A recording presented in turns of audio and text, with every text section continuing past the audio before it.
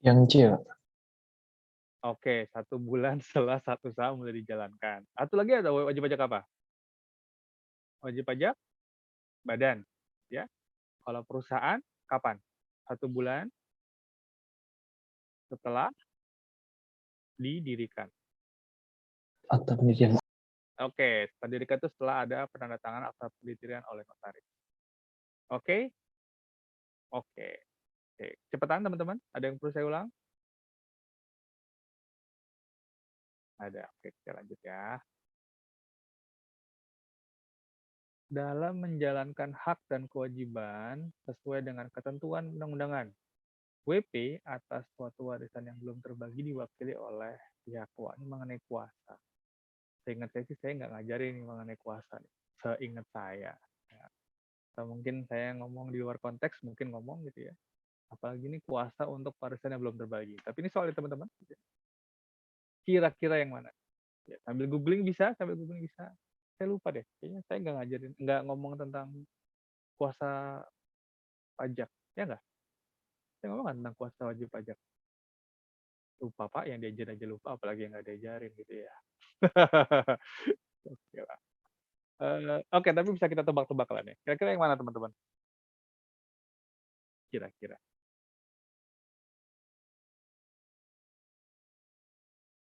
B kayaknya, Pak. B, kira-kira B. Oke. Ada yang lain? A kayaknya, Pak. Mungkin, Pak. Kayaknya A, A. Pak. Kenapa tuh? Kenapa yang B, kenapa A? Ini pelaksana wasiat nggak nih? Ini nggak ngomongin sama warisan. Pelaksana wasiat tuh yang dari keluarganya tuh bukan ya, Pak? Oke, untuk kuasa ini emang kemarin nggak kita bahas ya. Jadi untuk warisan gitu ya, itu memang ada beberapa yang diperkenankan gitu ya untuk ngurusin kewajiban perpajakannya. Tapi ini bisa kita lihat berhubungan dengan eh, konteks warisan tersendiri gitu ya. Namanya warisan itu kan nanti yang menerima siapa? Ahli waris. Maka dalam hal tidak ada pihak lain terlibat, maka ahli waris ini boleh nih menjadi wakil, menjadi kuasa wajib pajak atas warisan yang belum terbagi. Yang kedua, kalau ada pihak yang ditunjuk berdasarkan wasiat, misalnya ada seseorang menunjuk bahwa nanti Pak ini nih yang akan ngurusin pelaksanaan warisan saya, itu disebut dengan pelaksana wasiat. Yang terakhir ada juga misalnya meninggalkan bengkel. Ya, biasanya contohnya saya dapetnya bengkel ya waktu saya kuliah, saya belajarnya. Nah, bengkelnya udah ditunjuk nih siapa nanti yang ngelit bengkelnya, manajernya siapa, nanti kalau yang bersangkutan meninggal akan tetap diurus gitu ya bengkel tersebut sampai nanti dibagi-bagi ke ahli waris. Oke, semuanya oke ya. Yang nggak oke ya kerabat ahli warisnya. Nah, ngapain dia di sini gitu ya? Mungkin biar kecipratan Pak, kata teman-teman kelas sebelumnya gitu ya, bisa jadi. Oke, mungkin biar dapat warisannya juga. Oke, bisa jadi. Tapi itu tidak berarti membuat dia punya hak atau kewenangan untuk mewakili wajib pajak. Oke.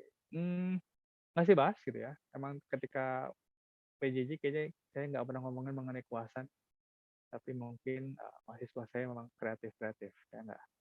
Ya, dia bisa bahas soal ini di yang dia apa kumpulkan kemarin, yang teman-teman kumpulkan. Oke, lanjut. WP diberi hak untuk membentukkan SPT rugi atau LB. Syarat yang perlu diperhatikan WP sebelum pembetulan adalah A, B, C atau D. Pelaporan, berarti ini SPT ya. Ketika ngomong SPT berarti di pertemuan 8, 9, 10 kayaknya. Iya, 10. Slide 10. Ada tuh. Slide yang ada cabang-cabangnya. Kalau SPT rugi atau LB, syaratnya yang mana? Semoga teman-teman nggak ngeliat ke Excel-nya ya. Semoga. Ya. Nah, masuk ke slide-nya. Kan slide itu udah saya share kan? Teman-teman udah nerima kan ya? Udah saya share ke grup seingat saya. Kompilasi soalnya kumpulkan. Tapi ini di latihan aja. Kalau ketemu soal seperti ini, kita tahu nih mesti cari di mana. Pengennya seperti itu. Ya, kira-kira yang mana nih? Siapa ya? Kita tadi aja deh, ngomong aja deh. Daripada saya nyebut nama Yang mau jawab? Oke deh. Coba-coba aja ya. Kita coba eh, Mas Adit. Nah, Adit, kamu yang kayaknya nama sering saya sebut, Dit. Kamu dulu deh, Dit.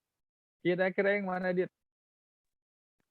Ini Kalau ada udah berapa? materi sudah, Pak. Udah Ya, hampir ketemu, oke. Pak. Aman. Silakan. Jadi ceritanya ini ada SPT LB.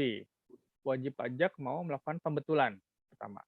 Ini kasusnya adalah kalau kita lihat clue dari soalnya, maka ini adalah pembetulan SPT dan SPT-nya fokus lagi ini adalah SPT rugi atau SPT LB. Ya, jadi ada klausul tuh. Istilah tersebut tanda panahnya 3 uang apa yang bikin soalnya ya. Itu kalau SPT pembetulannya menambah pajak seperti apa ketentuannya.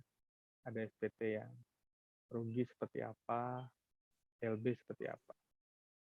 Ya, bagian dari rangkuman simultan, Pak. Kalau nggak salah, ya, Pak, ya. Rangkuman apa, sorry? Rangkuman simultan, yang rangkuman angkatan dulu, Pak. Ya. Oh, oke. Wah, itu lebih enak mungkin buat belajar karena sudah dirangkum. Nggak ya, Pak. Saya Oke. Kita lihat penjelasannya berarti. Ketika ada wajib pajak mau melakukan pembetulan SPT, pembetulan ya, maka syarat pertama adalah belum dilakukan pemeriksaan. Iya, Mau pembetulan yang menambah jumlah pajak berutang, atau pembetulan yang rugi atau lebih bayar, ketentuannya adalah bahwa SPT tersebut ya dibetulkan selama belum dilakukan pemeriksaan. Berarti yang B udah salah nih, karena ada kata-kata sudah. Ya. Yang kedua, karena dia SPT rugi atau SPT lebih bayar,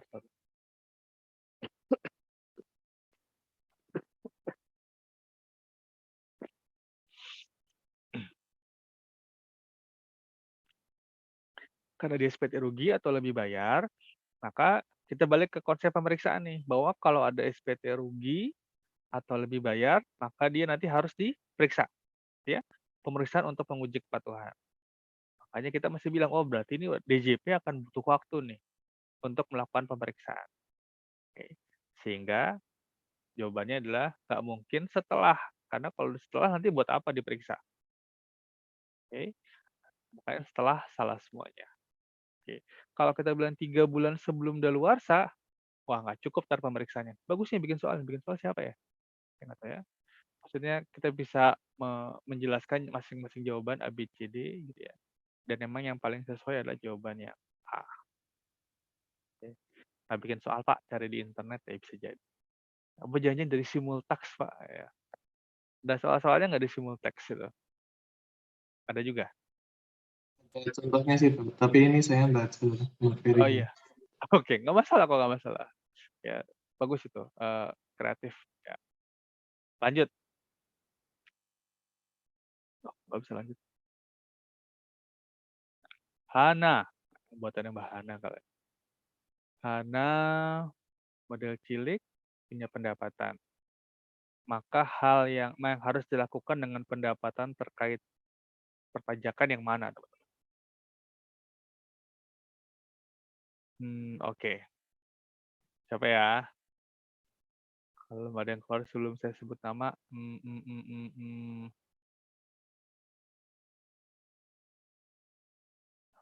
Siapa teman-teman? Ada yang mau ngomong? Enak deh kalau mesti nyebut nama deh. Yang A mungkin, Pak. Oh, oke, sip. Yang A ya, Pak.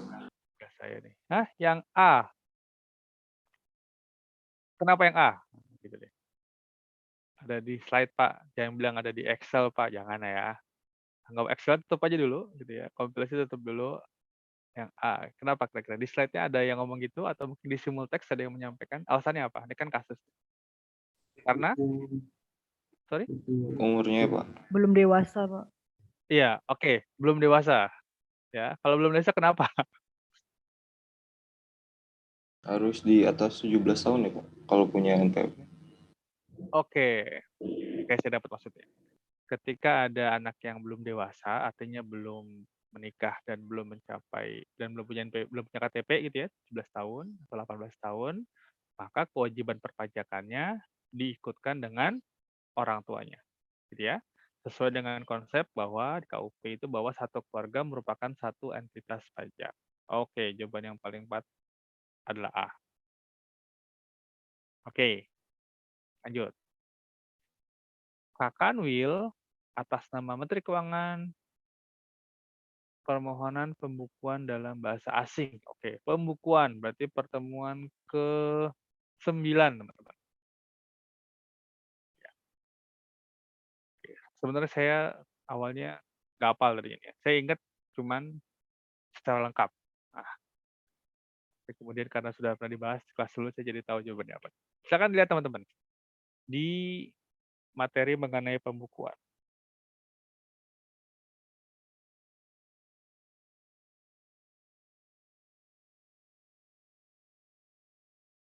Permohonan pembukuan dalam bahasa asing.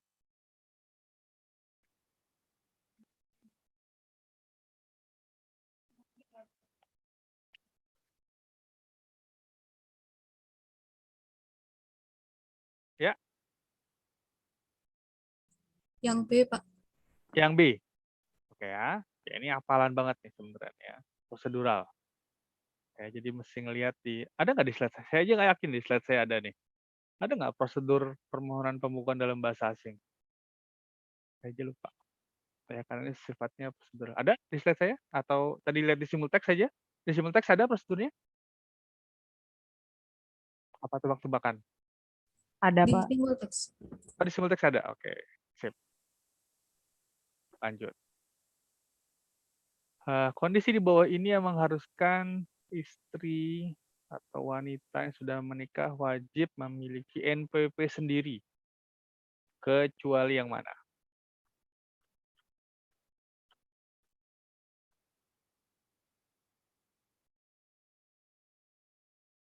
NPWP berarti pertemuan ke-8. Kapan NPWP seorang wanita wajib punya NPWP terpisah? Berarti nggak ada opsi. Ada kata-kata kecualinya deh, kecuali. Berarti cari yang tidak wajib untuk memiliki NPWP terpisah. Itu? Yang B ya Pak, Oke. Kenapa yang B? lihat dari peraturannya aja. Iya, oke. Oke. Kalau di list soalnya yang pertama kalau bercerai atau hidup terpisah nih udah pasti harus punya NPWP masing-masing. Kan gitu ya? Kalau bikin perjanjian pisah harta, maka dia harus punya NPWP sendiri-sendiri dan dia lapor sendiri-sendiri. Nah, kalau suami meninggal dunia, maka dia sebenarnya nggak perlu ganti NPWP gitu ya. Dia bisa masih menggunakan NPWP suaminya, nanti tinggal merubah identitas namanya aja. Oke. Sip. Buka di per 4-nya atau saya juga tahu nih, nomor per 4 2020. Oke, lanjut. WPOP dapat menggunakan pencatatan. Oke, ini segi. WPOP pengusaha atau pekerja bebas bisa menggunakan pencatatan jika A, B, C, D.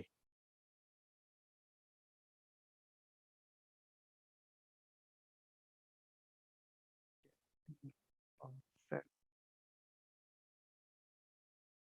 Apa ya? Lupa saya.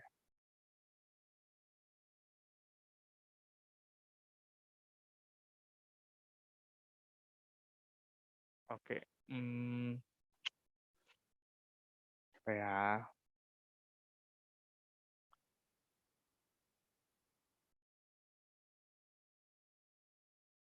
Yang D bukan ya, Pak? Gimana? Yang D. Yang D. Oke. Emang siapa sih WPOP pengusaha atau pekerja bebas yang boleh menggunakan pencatatan itu yang mana, teman-teman? Yang omsetnya kurang dari 4,8 miliar dan PP 23 final ya, Pak, kalau nggak salah. Iya. Oke, betul. Catatan berarti dia harus di bawah 4,8 nih. Ya kan? Berarti ini bukan. Ditemukan hasil pemeriksaan? Enggak juga. Wajib pajak memberitahukan kepada Dirjen Pajak. Emang D iya ya? Maksudnya ini persyaratan kali ya? Mungkin masa soalnya adalah prosedur apa gitu ya yang harus ditempuh oleh wajib pajak orang pribadi supaya dia boleh pakai pencatatan. Karena seandainya dia memberitahukan kepada Dirjen Pajak, tapi omsetnya di atas 4,8 kan tetap nggak bisa sebenarnya, teman-teman. Ya nggak? Nah, inti dari BPOP yang boleh menggunakan pencatatan itu kan harus dia omsetnya di bawah 4,8. Well, oke, ya. Kita menyesuaikan lah sama soal yang ada di layar kita nih ya. Kita menyesuaikan. Kan maksudnya adalah setuju saya dengan opsi Mbak ah, siapa tadi ya? Sorry saya nggak kelihatan. Itu bahwa dia memang ini persyaratan bahwa dia diajukan ke Ditjen Pajak 3 bulan sejak awal tahun pajak. Oke. Dan bukan berarti ini persyaratan utamanya ya. Oke. Sekarang kita lanjut. Pak Budi merupakan seorang penilai yang bekerja di kantor penilai publik. Oh, ini yang kemarin soalnya kepotong. Ini apa ya? Sebentar, teman-teman, saya buka Excel dulu. Saya lupa soalnya. Ya kepotong saya kopinya ya. Oke. Ini omsetnya adalah 300 juta per tahun. Per tahun. 300 juta rupiah per tahun. Per tahun. Jadi omsetnya dia 300 juta per tahun. Terus dia sudah memiliki NPWP. Pertanyaan adalah kalau dia mau lapor SPT, dia pakai SPT yang mana? SPT yang mana? Ada berapa jenis SPT, teman-teman? Ada SPT tergantung, Pak, gitu ya. Kalau berdasarkan jenis pajaknya, berdasarkan jenis wajib pajak, ada berapa SPT? Berdasarkan jenis pajak ada wajib pajak OP, ada wajib pajak badan.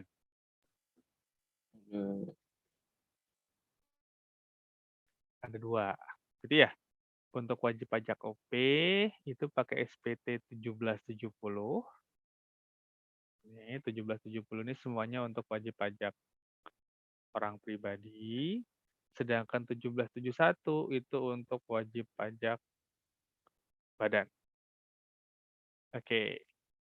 Sekarang kalau berdasarkan periode penyampaiannya, SPT itu ada SPT masa, ada SPT tahunan. SPT masa contohnya apa? Ada SPT masa PPN, ada SPT masa PPH, ada SPT masa PPH. PPH masa paten 2, PPH pasal 21, 22, dan 23, dan seterusnya. Oke. Sekarang kita ngomongin PPH OP berarti nih. Karena saya yakin Pak Budi ini bukan nama perusahaan, ya, nama orang pribadi. Jadi dia harus pakai SPT yang mana nih? Yang A. Yang A. Kenapa yang A? Karena kalau di PPT itu yang Sorry, nggak kedengeran. itu Nah, OP yang melakukan kegiatan usaha atau pekerjaan bebas. yang S ini Kalau yang- untuk siapa? Yang semua WPOP kecuali yang diwajibkan menggunakan SPT 1770. Oke. Jadi yang diwajibkan pakai 1770 adalah Yang- pengusaha. Gitu ya? Dan Ya, pekerjaan bebas. Oke, pekerja bebas. Nah, Pak Budi ini siapa emang? Dia bekerja di kantor penilai loh. Pak Budi. Kalau penilai bekerja di kantor penilai publik di KJPP, dia sebagai pekerja bebas, sebagai partner gitu ya berarti ya? Ini iya. Maksud saya sekali lagi seperti dikasih ngomong, saya tuh kurang nggak punya pengetahuan banyak nih mengenai profesi penilai. Seandainya kalau konsultan pajak gitu kan ya, kerja di salah satu konsultan publik gitu ya, dia kan sebagai rekan nih, jadi dia harus bawa kliennya sendiri. Sama kayak pengacara lah. Kalau penilai apakah seperti itu juga atau dia bekerja terus digaji sebenarnya? Saya kurang tahu. Menurut teman-teman, pengetahuan teman-teman gimana? Kalau ada penilai kerja di KJPP, statusnya sebagai apa di situ dia? Apa dia tetap sebagai pekerja bebas atau dia bekerja terus dapat gaji bulanan? Pernah nggak dapat informasi mengenai profesi penilai? Nggak tahu? Oh, Fahri udah geleng-geleng, Fahri. Yang lain ada yang tahu nggak? Profesi penilai itu kalau di luar kayak gimana? It's nggak ngerti juga? Well, oke. Berarti kalau memang kita sama sekali nggak pasti dengan keadaan sebenarnya, maka saya bisa bilang gini, kalau memang ketika dia bekerja sebagai, ini Pak Budi ini kerja di kantor penilai itu memang sebagai pegawai, digaji gitu maksudnya, menerima gaji bulanan, maka dia nggak harus pakai 1770, kan gitu ya. Karena dia karyawan berarti kan. Tapi kalau proses si penilai ini Pak Budi hanya sebagai rekanan itu berarti dia tidak digaji sama kantor penilai publiknya. Oke, sama KJPP dia nggak digaji, dia hanya apa, numpang firma aja. Kliennya ya kliennya Pak Budi sendiri. Pak Budi dibayar sesuai dengan klien yang dia pegang. Nggak tahu juga ya. Oke, maksudnya saya, kalau emang dia pegawai, ya dia nggak wajib 1770. Tapi kalau dia bukan pegawai, pegawai itu artinya punya kontrak, bekerja di situ, digaji. Oke, kalau dia bukan yang seperti itu, maka dia boleh pakai 1770. Sorry, dia wajib pakai 1770 kalau dia bukan pegawai. Oke, ada yang perlu saya ulang teman-teman? Yang bikin soal siapa nih? Bukan saya Pak, swear Pak. Ya udah, saya juga nggak tahu. Ini yang bikin soal lebih memahami maksud soal seperti apa. Oke, ini yang kita nebak-nebak nih. Kecuali memang dari kelas ini ada yang bikin soal, bisa ngasih informasi yang mungkin nggak kita dapetin. Oke, apa? Kan berusaha memahami pemikiran si pembuat soalnya. Nggak? Pemeriksaan lagi. Yang tidak termasuk tujuan dari pemeriksaan pajak. Yang tidak termasuk pemeriksaan untuk tujuan lain. Nah, maksudnya seperti itu. Ya. Di bawah ini yang tidak termasuk pemeriksaan untuk tujuan lain. Oke, yang mana nih? Yang Oh, C, artinya, Pak. oke, artinya ini untuk yang uji kepatuhan ya. Oke, udah hafal Pak nih. Kalau LB, ini uji kepatuhan. NPWP ini ABD itu untuk tujuan lain, sedangkan yang lebih bayar ini untuk uji kepatuhan. Oke, nah sering nih. Berikutnya, alasan dilakukan penyegelan adalah, wah ini kalau ikut workshopnya Pak Teguh nih, wah ini dicoret nih, ya. Apalagi kalau pembimbingnya Pak KAP nih ya, sama Pak Agung udah dicoret nih ya. Nggak jelas nih kalimatnya nih ya. Kalau KTTA nggak boleh kayak gini teman-teman ya. Nggak ada subjeknya. Alasan dilakukan penyegelan adalah supaya supaya sehat. Apa nih? Supaya apa nih teman-teman? Amankan, dihilangkan. Oke, ya ya. Jelas ya? Supaya apa nih? Kayaknya nggak perlu dibuka di buku juga, kayaknya kita bisa insting nih. Supaya Diamankan. supaya diamankan. Iya, Diamankan siapa? Diamankan. Diamankan WP. Diamankan siapa nih? Supaya diamankan sama pemeriksa gitu. Mungkin maksudnya ya. Oke. Oke, jadi dipakai lagi ya kalimat seperti ini ya teman-teman ya. Alasan dilakukan. Oke, lanjut kalau gitu. Nah, ini panjang. Melihat tren COVID yang sudah menurun, Tuan Civan membuat sebuah PT. Oke. Akta pendirian dibuat tanggal 3, usahanya aktif tanggal 8. Kapan PT harus mendaftarkan diri untuk memperoleh NPWP? Oke. Tadi udah dibahas kayaknya. Kalau wajib pajak badan, kapan harus mendaftarkan memperoleh NPWP? Saat pendirian, Pak. Saat pendirian? Atau 1 bulan Satu setelah? bulan setelah 1 bulan. Oke. pendirian, Pak. Oke, 1 bulan setelah saat pendirian. Kemarin saya diinformasikan oleh teman-teman mahasiswa bahwa di slide saya ada yang bilang bahwa tidak sesuai contohnya. Ya, kan kita lihat di sini. Dia didirikan tanggal berapa, teman-teman? 3 Januari, Pak. 3 Januari. Berarti kalau 1 bulan setelah 3 Januari, yaitu pada tanggal berapa? 1 bulan, Ketentuannya adalah 1 bulan setelah didirikan. Oke, setelah. Berarti kalau kita tahu bahwa dia didirikan tanggal 3 Januari 2022, maka 1 bulan setelah didirikan adalah pada tanggal 4 Januari. Nah. 4 Februari. Nah, ini mungkin saya pas ngasih keterangan di slide mungkin ada yang kurang tepat ya, ada yang salah ya. Kemarin dikoreksi sama teman-teman. Karena kalau saya ditanya 1 bulan setelah didirikan kapan, maka saya mungkin bisa instan jawab itu adalah tanggal 3 Februari. Oke. Sekarang kita obrolin nih. Jadi kalau kita kemarin ngomongin 6 bulan sejak diterima. Nah, ini ngomongin apa nih dulu nih? Semester kemarin kita ngomongin SPPT ya nggak? SPPT harus dibayar 6 bulan sejak diterima oleh wajib pajak. Oke. Di sini ada kata-kata sejak, di sini ada kata-kata setelah. Bedanya apa sejak sama setelah? Ketika kita ngomongin sejak, hari pertama itu sudah dihitung. Gitu ya. Jadi kalau kita misalnya ngitung sejak tanggal 1 Januari, maka kalau kita ngomongin sejak, maka 1 Januari ini merupakan hari pertama. Oke. Tapi kalau kita menggunakan istilah setelah, maka hari pertama dihitung sejak tanggal 2 Januari. Jadi sejak sama setelah ini bedanya cuma sehari. Oke. Sekarang pertanyaan adalah kalau 1 bulan setelah 3 Januari, maka kita akan ngomong argonya dimulai tanggal 4 Januari. Pas 1 bulan setelah 3 Januari, jawabannya adalah tanggal 3 Februari, Pak. Iya, oke. Kalau saya kemarin di slide ngomongnya 4 Februari, tolong diperhatikan dan dikoreksi ya teman-teman. My bad. Oke. Kemarin saya sudah di 508 ya kalau nggak salah ya. Ini di slide-nya kemarin ngomong gini, oke, itu salah berarti. Oke, sip. Ada yang perlu saya ulang teman-teman? Nggak ada? Oke, lanjut berarti.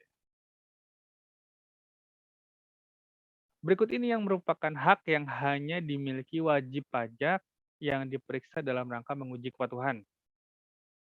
Kecuali. Oke. Berarti ada hak yang juga dimiliki WP dalam rangka tujuan lain. Oke.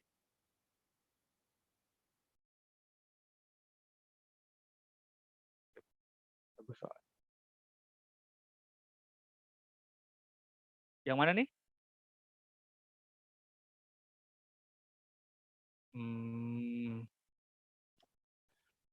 Yang belum siapa yang belum? Mbak Zafira. Kira-kira yang mana nih?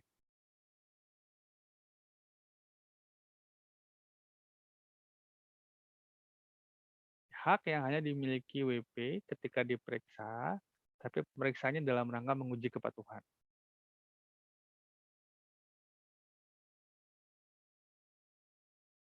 Ada, Bu Zafira? Yang B, Pak. B. Oke. Ya. Siapa yang B? Soalnya di simultak saya gitu susah ya. Oke. Yang Oke. Ketika kita ngomongin pemeriksaan untuk menguji kepatuhan gitu ya, maka si wajib pajak dia akan punya hak untuk membuat atau meminta pembahasan dengan tim QA ketika dia sama pemeriksa nggak cocok kan gitu ya. Kemudian wajib pajak juga berhak untuk menerima surat pemberitahuan hasil pemeriksaan yang nggak ada di pemeriksaan untuk tujuan lain. Selain itu juga pemeriksa wajib mengundang wajib pajak untuk menghadiri PAHP, pembahasan akhir hasil pemeriksaan. Oke, ada di slide lain. Ini satu slide 11, pertemuan 11. Ya. Oke, lanjut. Dian adalah seorang pengacara yang melakukan pekerjaan bebas. Kapan Dian wajib melakukan pendaftaran untuk memiliki NPWP? Gampang. Yuk, siapa? Sorry. Siapa ya? Mbak atau Mas nih berarti nih? Hmm,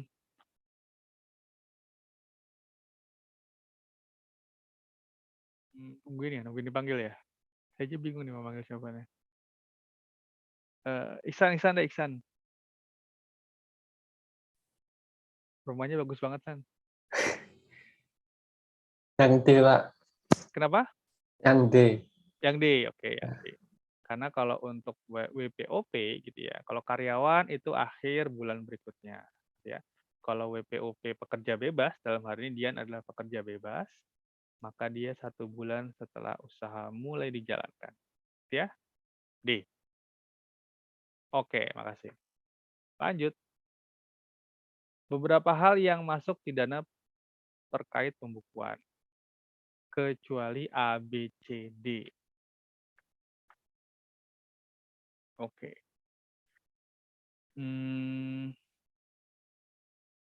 Apa ya? Satria deh, Satria. Kelihatan soalnya satu. Mungkin C, Pak. C ya. Kenapa? Masa memperlihatkan pembukuan tindak pidana? Itu kecuali kan, Pak? Beberapa hal yang harus Oh iya. Benar.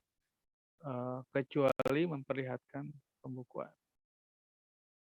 Tapi seingat saya itu ada tidak menyelenggarakan ini adalah pidana, tidak menyimpan pidana, satu lagi ngasih pembukuan palsu.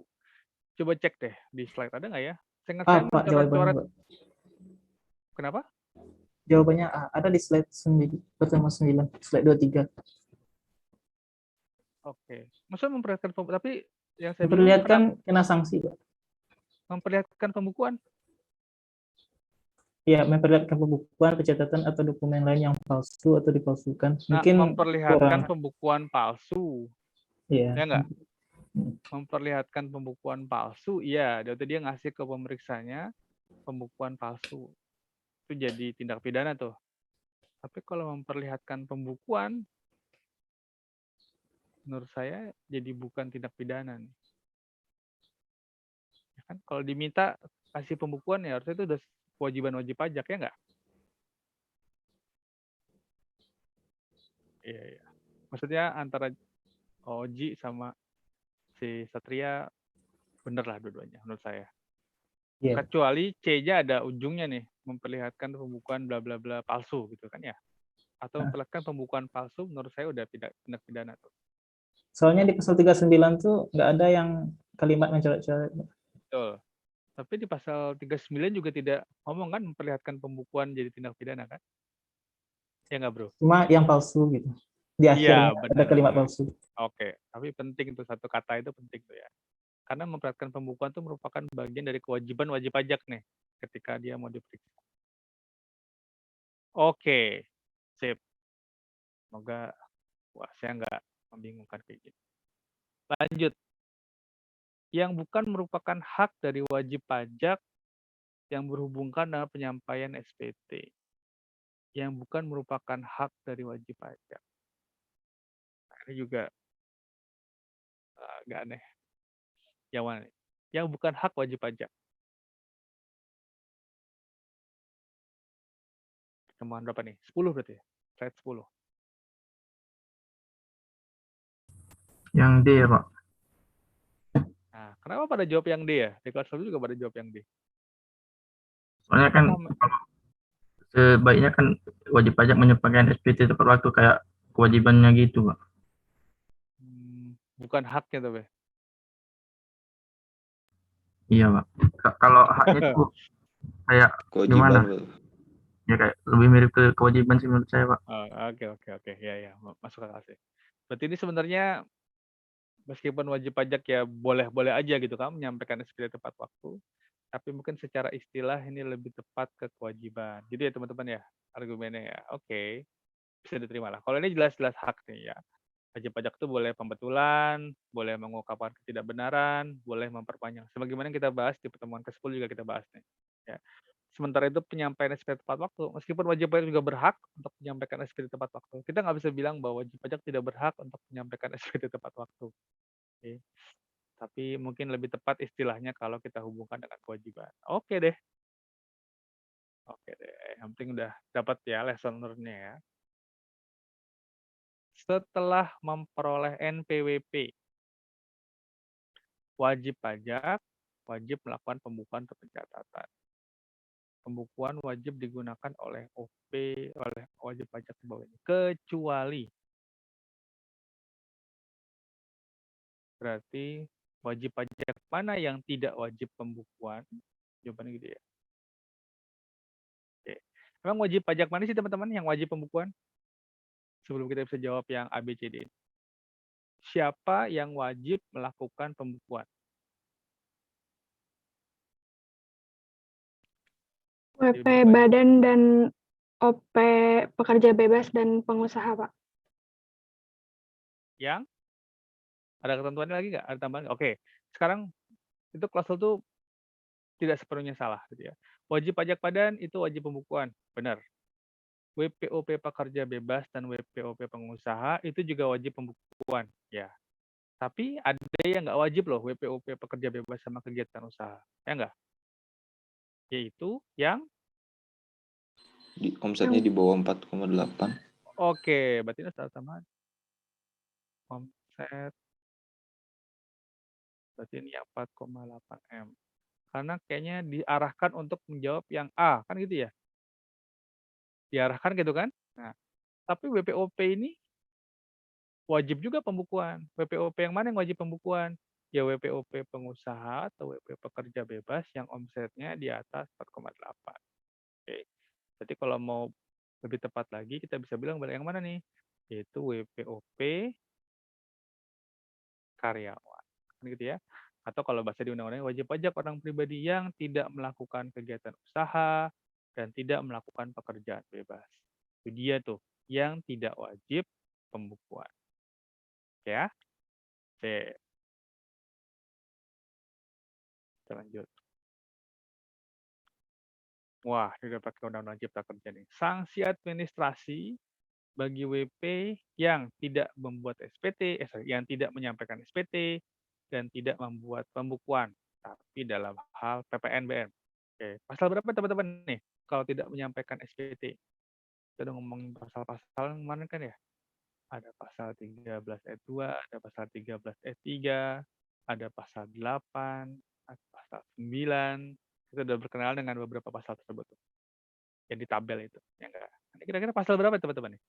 Kalau tidak menyampaikan SPT dan tidak membuat pembukuan.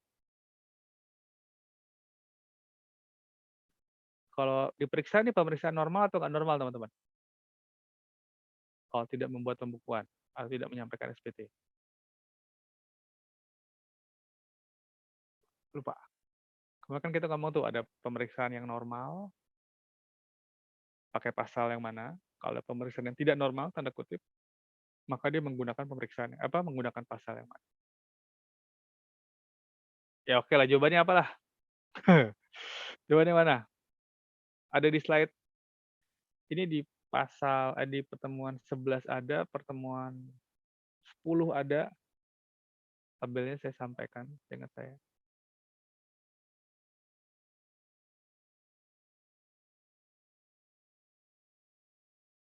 Yuk. Simultext. Oh, tapi simultext belum pakai itu ya? Belum ada cipta kerjanya ya? Apa udah ada? Oke, kita lihat dulu. Teman-teman, simultext udah ada update-nya belum, teman-teman? Oh, Mbak Elena geleng-geleng kayaknya nih. Oke, berarti belum ya. Kenapa? Belum, Pak. Kayaknya, oke, yang berarti, sekarang tuh yang dari cutting, Pak. Jadi yang materi lama, Mas. berarti waktunya kalian yang bikin simultext berarti ya? Iya. Oh, oke.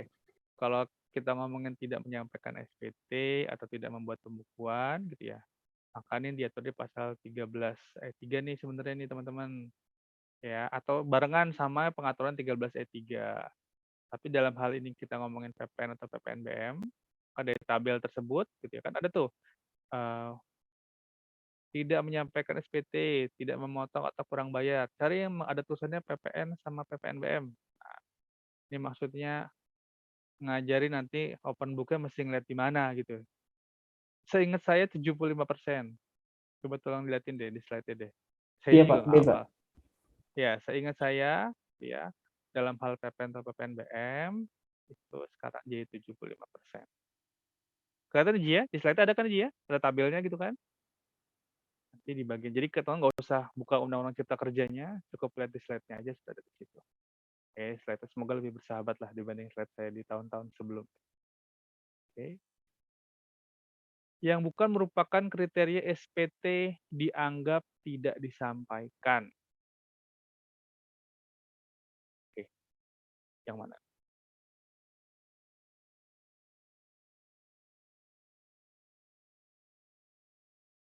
Oke. Oh, tapi yang bukan ya? Berarti ada kriteria SPT tidak disampaikan, terus mana yang kecualinya tuh? Yang bukan. Oke.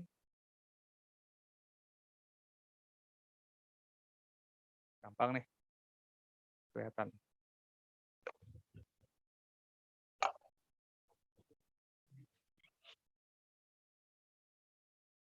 Ya. Siapa yang mau tampil?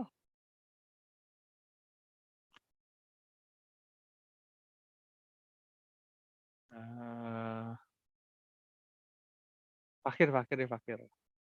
Kalau background-nya menarik saya soalnya. Gimana Kir? Siapa yang mau keluar dari situs? Kira-kira yang mana nih? Yang bukan kriteria SPT yang dianggap tidak disampaikan. Apakah SPT tidak ditandatangani dianggap disampaikan nggak kalau tidak ditandatangani Kir?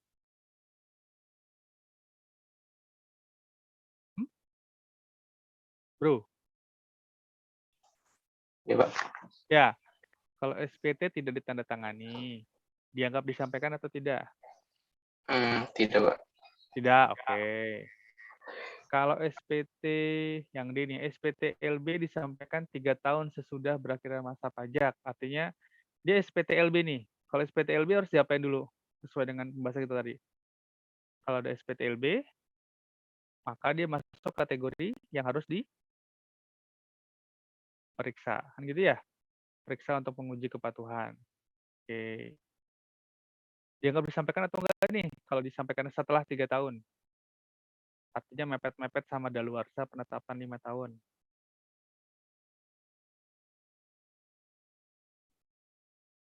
Ya? Tidak disampaikan, Pak. Sorry? Oh iya, oke. Tidak disampaikan. Oke. Sekarang kalau SPT tidak dipenuhi dalam keterangan, sampaikan apa enggak? Oke, enggak juga. Oke, jawabannya B ya. Oke deh, bungkus. Oke deh, bungkus. Sip. Oke. Jumlah kekurangan pajak terutang dalam SKPKB. Oke, ini ngomong SKP, berarti ada pertemuan 12. Kepada wajib pajak yang diterbitkan NPWP dan atau dikukuhkan sebagai pengusaha kena pajak secara jabatan. Jadi pengusaha untuk tujuan lain ya. SKPKB dalam hal penerbitan NPWP jabatan atau pengukuhan PKP secara jabatan. Ditambah dengan sanksi administrasi berupa bunga.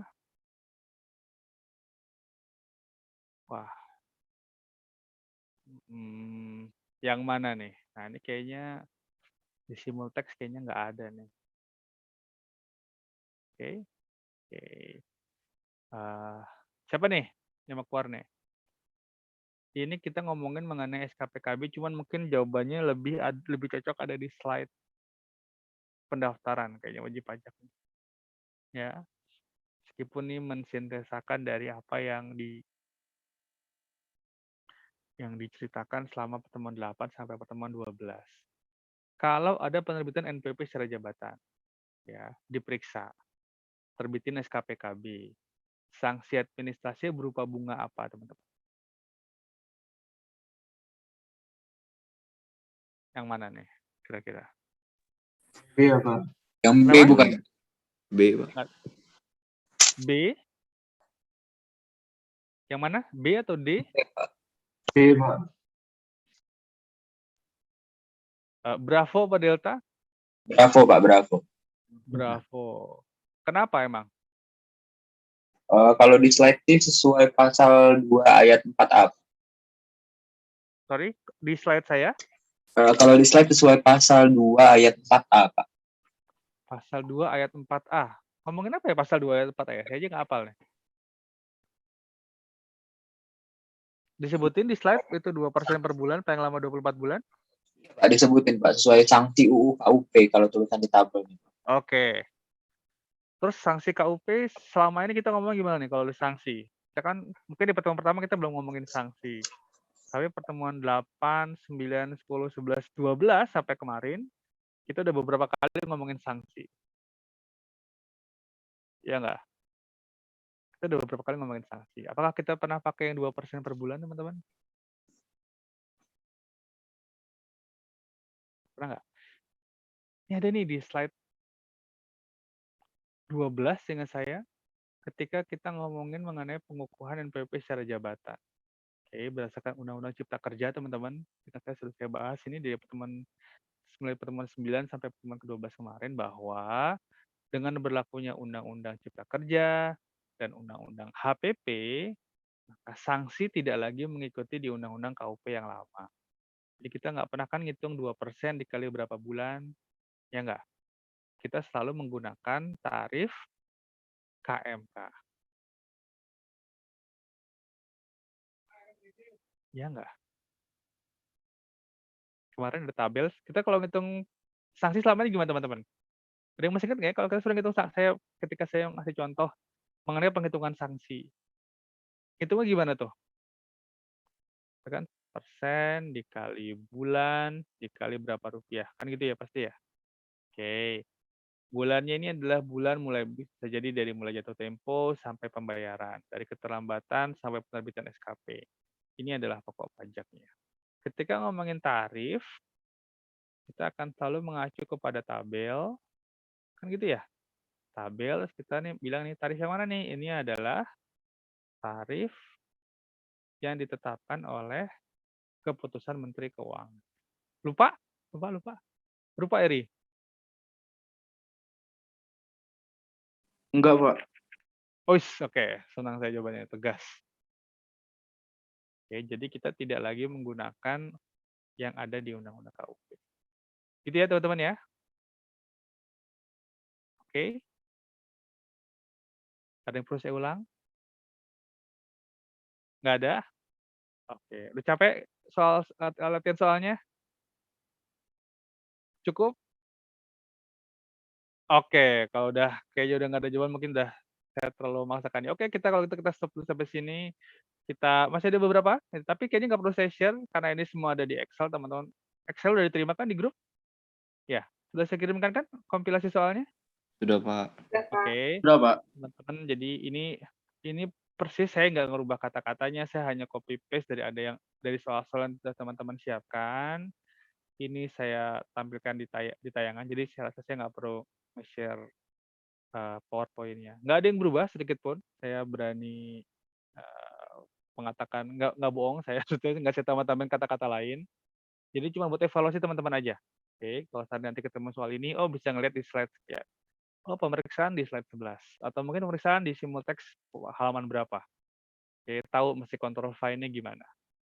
Oke, karena kan nanti masih open book. Oke deh, kalau gitu bahasan soalnya kita stop dulu. Kita break dulu. Ya, kita break dulu biar teman-teman cool down dulu gitu ya kan. Kalau bahasa anak saya lagi cool down nih ya gitu ya. Oke, kita cool down dulu. 15 menit ya. 15 menit sampai sekitar jam berapa nih? Susah nih, 37 tambah 15 berapa sih? 52 ya. Berarti jam 9 kurang 10 menitan lah ya, atau jam 9 kurang 5 deh. Biar lebih lama. Oke? Oke, nanti kita masuk ke penagihan. Penagihan nggak terlalu banyak, tapi mungkin saya akan menuntut teman-teman untuk belajar ngelihat kalau ada kasus seperti ini, gimana penyelesaiannya. Oke, berkembang dari apa yang sudah kita pelajari di pertemuan 8. Oke, silakan break teman-teman. Kita balik lagi jam 9 kurang 5 ya. Oke, saya pamit dulu. Baik, Pak. Oke. Terima kasih, Pak. Oke.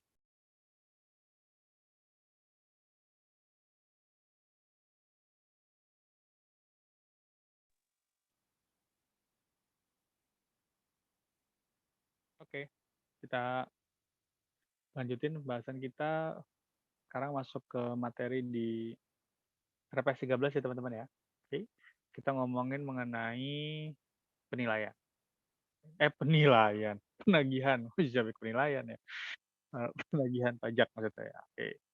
Kalau kita kemarin ngomongin mengenai pemeriksaan gitu ya, pemeriksaan itu hanya akan ada atau pemeriksaan hanya akan dilakukan kalau self assessment-nya tidak berjalan dengan baik. Kan gitu ya.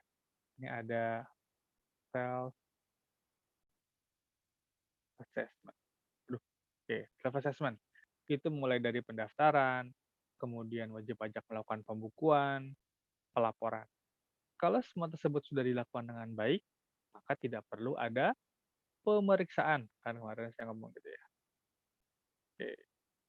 Tapi ternyata memang sebagian dari wajib pajak berdasarkan data yang sudah ada terindikasi tidak melakukan self-assessment dengan baik.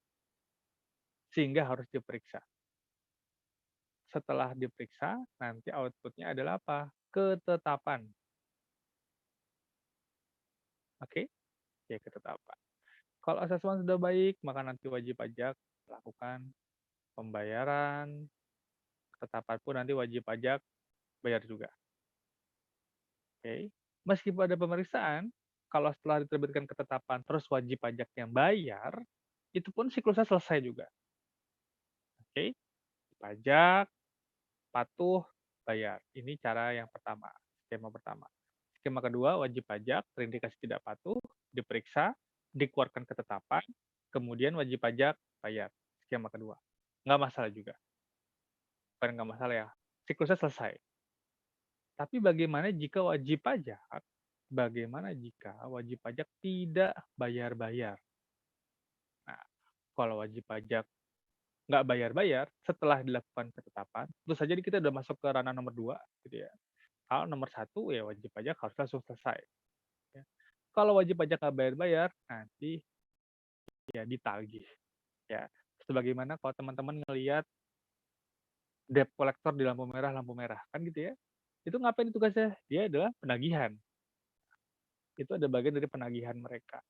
Kalau ada orang yang berhutang ke lembaga tertentu, misalnya PT A gitu ya, ngutang ke lembaga keuangan tertentu. Dia nggak bayar-bayar. Diapain sama teman-teman, sama mereka teman-teman? Pasti akan ditagih ya nggak? Dikirimin surat, mungkin didatangin. Oke. Seperti itulah proses penagihan pajak yang akan teman-teman lihat nanti. Oke. Salah satu sebenarnya penagihan pajak sih dengan satu siklus ini seperti sudah bisa kita obrolin ya. Dengan satu slide ini aja. Oke. Ketika kita ngomong penagihan pajak, maka itu akan diawali oleh yang namanya dasar penagihan pajak. Ketika teman-teman belajar PPH, belajar PBB, PPN, ketemu sama DPP. Tapi DPP yang itu namanya dasar penagihan pajak ya teman-teman. Bukan dasar penagihan pajak. Makanya dasar penagihan pajak ini nggak pernah disingkat menjadi DPP. Jadi jangan terbalik. Yang namanya DPP itu adalah dasar pengenaan pajak. Nah, yang kita omongin dasar penagihan pajak. Apa tuh dasar penagihan pajak? Ya ada surat ketetapan pajak. Itu bisa surat ketetapan pajak kurang bayar, atau surat ketetapan pajak kurang bayar tambahan. Kan itu yang harus bayar lagi ya. Atau bisa juga berupa surat tagihan pajak. Oke. Atau nanti teman-teman akan kenal juga namanya SK, surat keputusan kali ini. Kalau di atas kan surat ketetapan pajak. Ada surat keputusan pembetulan, ada surat keputusan keberatan, SK keberatan, nanti ada putusan banding, dan seterusnya. Ada juga putusan peninjauan kembali. Intinya apa? Dokumen-dokumen ini kita bilang dasar pengenaan pajak karena dia menambah jumlah pajak terutang. Oke. Jadi SKPKB, STP, SK pembetulan. Isinya adalah apa? Isinya adalah menyatakan ada jumlah pajak yang terutang sehingga harus ditagih. Nah, semua dasar penagihan pajak ini, mungkin kemarin tidak saya singgung di pertemuan ke-12 ya, bahwa contohnya SKPKB atau SKPKBT, kalau keluar tagihannya, itu paling lambat dibayar 1 bulan sejak diterbitkan. Ya, mungkin saya lupa nih kemarin nyinggung, saya baru ingat. Oke. Bahwa kalau keluar SKPKB, sebagaimana sudah kita hitung kemarin, ada pokoknya, ada tagihan jumlah pajaknya, itu harus dibayar oleh wajib pajak 1 bulan sejak diterbitkan. Oke. Kalau 1 bulan sejak diterbitkan belum dibayar, ini dasar penagihan, ya artinya itu sudah masuk atau sudah lewat dari jatuh tempo. Oke. Kalau sudah jatuh tempo, masuk tuh ke ranah penagihan pajak aktif istilahnya. Oke. Jadi kalau masih proses pemeriksaan sampai terbit SKPKBT itu belum masuk proses penagihan tuh. Penagihan itu kapan? Ya nanti kalau dasar penagihannya sudah jatuh tempo. Contohnya tadi SKPKB, STP, SK kebetulan, SK keberatan, dan seterusnya. Oke. Itu jatuh temponya adalah 1 bulan sejak diterbitkan. Kalau setelah jatuh tempo belum dibayar-bayar juga, baru masuk ke penagihan aktif. Nah, penagihan aktif itu diawali dengan penerbitan namanya surat teguran. Oke, surat teguran ini diterbitkan 7 hari sejak jatuh tempo, sejak berakhirnya batas pembayaran si dasar penagihan. Oke. Saya nggak akan bilang ini wajib gitu ya, teman-teman. Karena pada beberapa kasus gitu ya, ini tidak diterbitkan surat teguran meskipun sudah lewat dari 7 hari. Kenapa ya? Mesti melihat prioritas penagihan juga. Ya. Terbit surat teguran, ya. Surat teguran itu ngapain? Kasih tahu, bro, gitu ya, belum bayar utang pajak, udah lewat jatuh tempo, ya. Bahkan sudah ada ketetapan dan belum dibayar. Oke. Ini menggunakan namanya surat teguran. Tegur dulu, kasih tahu. 21 hari kemudian, 21 hari sejak diterima surat teguran, dapat diterbitkan yang namanya surat paksa. Nih, SP namanya surat paksa. Makanya nama undang-undangnya adalah penagihan pajak dengan surat paksa. Oke, penagihan pajak dengan surat paksa. Terus arti tanda panah ini apa nih? Gitu ya. Apa arti tanda panah yang ada di sini? Apa itu SPPSS? Wah, singkatan lagi. Ya. Kalau ada indikasi tertentu, nanti akan saya sebutkan poin-poinnya, maka proses penagihan ini bisa disingkat. Ya, nggak perlu ngirim surat teguran, nggak perlu bikin surat paksa, dan seterusnya, bisa langsung disita. Itu menggunakan namanya penagihan seketika dan sekaligus. Penagihan seketika dan sekaligus. Ini adalah surat perintah penagihan seketika dan sekaligus. Ya.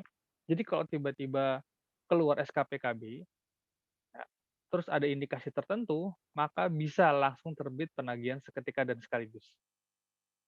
Kenapa tuh? Kenapa keluar penerbitan seketika dan sekaligus?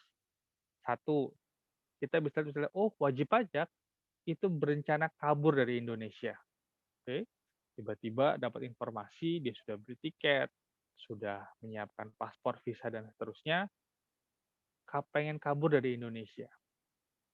Oke, kalau hal itu terjadi, maka nggak perlu lagi bikin surat teguran, nggak perlu lagi bikin SP, langsung terbitin surat perintah penagihan seketika dan sekaligus, bisa langsung disita barang-barangnya, langsung dilelang dan dijual. Jadi ada jalan pintas.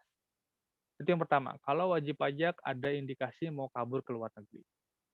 Yang kedua, ada indikasi bahwa wajib pajak mulai jual-jualin asetnya, teman-teman. Ya, ada perusahaan utang pajaknya bisa sampai 3 miliar misalnya, ternyata indikasi nih mobil-mobil deteksi udah mulai dijualin. Oke, wah nggak bener nih. Nanti kalau semua dijualin, nanti nggak ada lagi barang yang bisa kita lelang.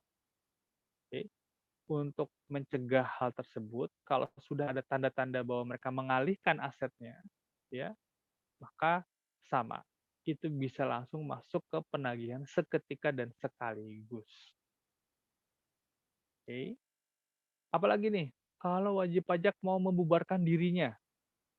Oke, perusahaan punya utang pajak, indikasi ada keinginan untuk segera membubarkan diri. Kenapa? Kalau membubarkan diri, nanti siapa wajib pajaknya? Oke, dia mau kabur dari tanggung jawab dia untuk membayar pajak. Kalau ada indikasi hal-hal demikian, maka runutan bikin surat teguran dulu, 7 hari, kemudian 21 hari kemudian bikin SP, itu tidak perlu dilakukan. Bisa langsung ngambil jalan pintas. Gitu ya. Di PowerPoint, di notes halaman ini singkat saya tulisin mengenai kriteria-kriteria apa yang menyebabkan dilakukan penagihan seketika dan sekaligus. Oke, silakan dicek di notes-nya aja. Ada 5 kalau nggak salah, atau 6, saya lupa. Nah, kita kembali ke jalur normal. Setelah surat teguran, diterbitkan surat paksa. Ya, surat paksa itu menyatakan bahwa udah ada listnya, ini kamu utangnya ini harus segera dibayar, sudah lewat dari jatuh tempo, dan sudah kami tegur. Setelah ini barang-barang Anda akan kami sita. Oke. 2 kali 24 jam setelah penerbitan surat paksa, ya, itu nanti akan diterbitkan namanya SPMP, Surat Perintah Melakukan Penyitaan. Oke. Disita semua aset-aset dia, semua aset wajib pajak yang punya utang dan belum dibayar sampai detik ini, semua asetnya akan disita. Oke. Kalau misalnya berupa mobil ya dibawa ke kantor pajak. Jadi kalau di basement kantor pusat itu teman-teman, wah itu mobil-mobil yang biasanya nggak ada di jalan ada tuh di situ kadang-kadang. Oke. Dari ya mobil-mobil mewah lah. Termasuk di KPP juga ada. Biasanya malah di halaman depan ditaruh. Ya, mobil ini disita. Malah dijadikan apa? Mungkin pemandangan ya, buat deterrent effect supaya wajib pajak yang datang, wah, jangan sampai kita kayak gitu tuh. Kira seperti itu. Kayaknya di setiap KPP yang saya datangi hampir semua punya pajangan. Pajangannya apa? Barang sitaan. Kantor pusat tuh lebih keren-keren menurut saya yang disita ya. Mobilnya bukan mobil yang kaleng-kaleng lah. Ya, mungkin itu sebagai apa? Tadi efek jerah supaya wajib pajak yang lihat ya menimbulkan rasa ketidakinginan supaya jangan sampai kayak gitu tuh. Oke. Nah, sesuai dengan tanda panah yang ada di layar, setelah terbit surat paksa, kalau ada indikasi itu tanda-tanda, gitu ya, seperti yang terlihat di kotak atas, gitu ya. Kalau ternyata wajib pajaknya pengen meninggalkan Indonesia, PP itu penanggung pajak, gitu ya. Kemudian ada tanda-tanda mau dibubarkan, tanda-tanda pahit, mirip sama penagihan seketika dan sekaligus tadi, ya. Maka bisa dilakukan tindakan pencegahan. Oke. Atau juga bisa dilakukan penyanderaan sesuai dengan indikasi yang bisa dibaca. Ya. Pencegahan itu apa? Pencegahan itu bahasa undang-undangnya adalah pembatasan ruang gerak untuk tidak meninggalkan Indonesia, dicekal. Sedangkan penyanderaan adalah pengambilan hak bebas ditaruh di tempat tertentu. Oke, jadi pajak ini bisa mengarah ke sini ternyata. Itu kapan? Kalau sudah jatuh tempo, dikasih surat teguran nggak dibayar, dikasih surat paksa juga nggak digubris, gitu ya, didiemin aja, malah ada tanda-tanda mau kabur, kira-kira seperti itu. Malah ada tanda-tanda mau melarikan diri dari kewajiban. Setelah terbit SP, setelah terbit surat paksa, ya udah, berarti 2 kali 24 jam kemudian disita barang-barangnya. Oke. Setelah disita, maka ditunggu lagi sampai 14 hari kerja, semuanya dalam hari kerja. Oke. 14 hari kerja sampai nanti mulai diajukan ke pihak yang berwenang untuk menyelenggarakan lelang. Mulai diumumkan tuh, oh barang-barang PTA yang akan kita lelang adalah misalnya barang bergerak, ada mesin, mungkin kendaraan, bangunan. Oke. Kemudian kalau masih belum dibayar juga, maka 14 hari kemudian benar-benar dilelang, dijualin barang-barangnya. Oke. Buat apa nanti penghasilannya? Ya buat bayar utang pajaknya, teman-teman. Oke, dibuat bayar utang pajaknya.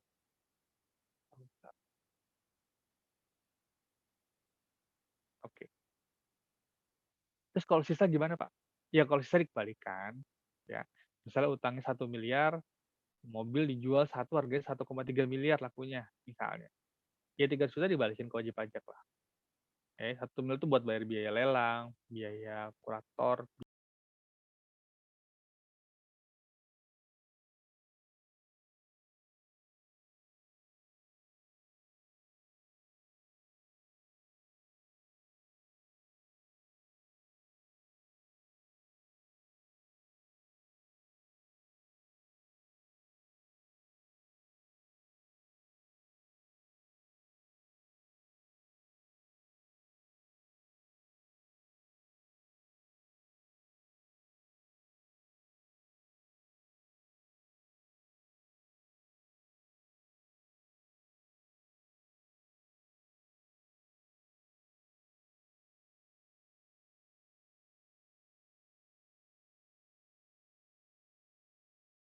Proses penagihan pajak.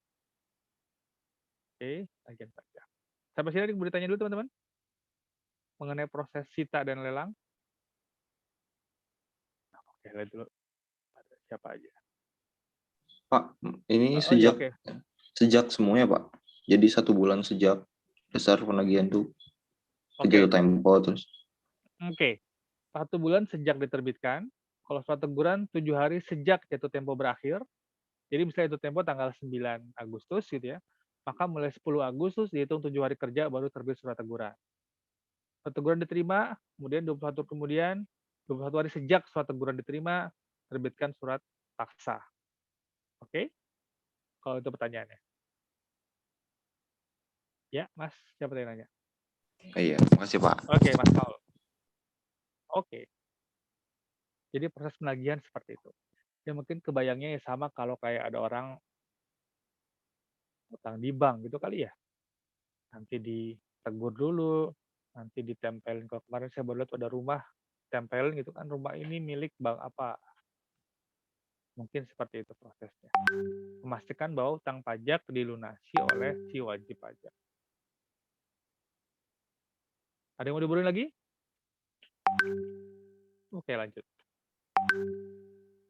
Sekarang kita lihat ketentuannya. Kalau tadi adalah infografisnya gitu ya, maka kita lihat ketentuannya seperti apa.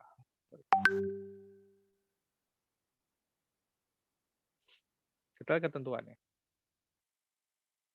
Tadi awal dari siklus penagihan itu adalah adanya dasar penagihan pajak. Nah, isi dari dasar penagihan pajak itu adalah berapa jumlah pajak yang masih harus dibayar. Oke, jadi kalau masih ada jumlah pajak yang masih harus dibayar, oke, dan diterbitkan dalam bentuk STP, SKPKB, atau SKPKB tambahan, dan nanti kita akan ketemu di pertemuan 14 ada surat keputusan pembetulan. Jadi yang atas itu surat ketetapan, yang bawah SK-nya SK pembetulan, SK keputusan teman-teman ya. Beda huruf K-nya. Surat keputusan pembetulan, surat keputusan keberatan, ada putusan banding sampai putusan peninjauan kembali. Yang isinya apa? Menyatakan bahwa masih ada pajak yang masih harus dibayar. Oke.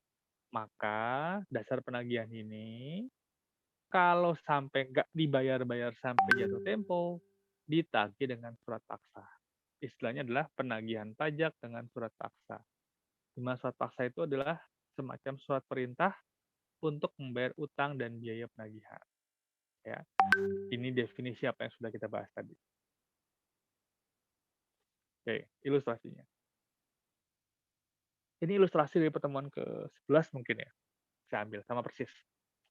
Bahwa untuk jenis PPh masa pasal 23 ada pemeriksaan, terus terbit SKPKB tanggal 10 Agustus. SKPKB terbit tanggal 10 Agustus. Oke. Berarti kapan jatuh temponya teman-teman? Kalau terbit tanggal 10 Agustus, berarti jatuh temponya kapan?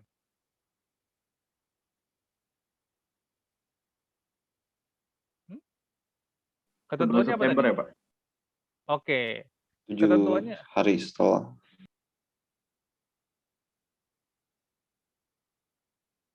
17 Agustus, Pak. 17 Agustus? Hari kemerdekaan? kita lihat ketentuannya di sini.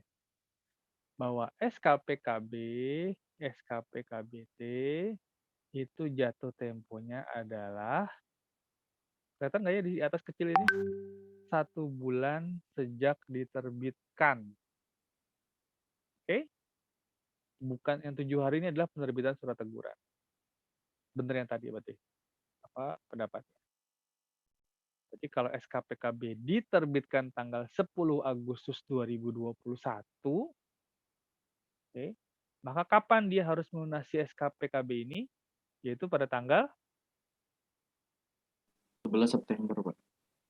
Oke, ketentuannya apa tadi tuh? 1 bulan Sejak ya, Pak.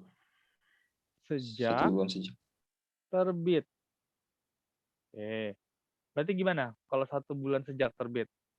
Jadi 1 bulan sejak 10 Agustus yaitu tanggal 9 September. 9 September. oke, 9 September 2021. Oke? Oke. Terus apa yang terjadi kalau sampai 9 September belum dibayar juga, teman-teman? Apa yang terjadi? Maka masuk ke ranah penagihan. Oke ya? Oke, berarti kalau kita balik ke informasi di sini, ya. Kalau tadi di sini jatuh tempo tanggal 9 September, ya, maka setelah 9 September sudah masuk ke penagihan aktif.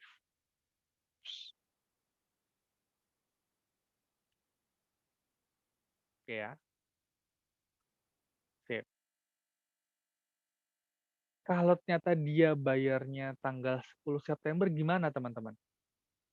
Ini SKPKB terbit tanggal 10 Agustus, jatuh tempo tanggal 9 September. Seandainya dia bayar tanggal 10 September 2021. Si wajib pajak ini terlambat nggak memenuhi kewajiban perpajakannya?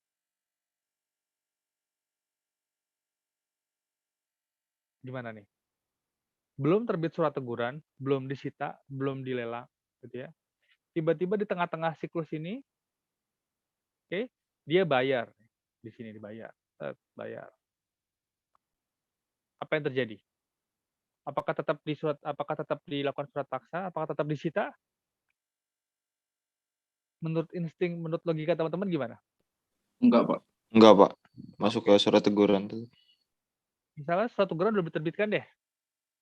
Tanggal 10 September dia bayar. Perlu terbit surat teguran? Jawabannya enggak. Kan gitu ya. Tadi kan saya bilang bahwa surat teguran, surat pajak ini terbit kapan? Kalau memang wajib pajak masih belum bayar-bayar nih. Sampai tanggal tersebut. Oke. Sekarang balik ke kasusnya. Kalau dia bayar tanggal misalnya ya. Ini dibayar gitu ya. Tanggal tadi 10 September. Apa yang terjadi teman-teman? Oh, teman-teman gimana? Dia nggak terbit surat teguran, Pak. Oke.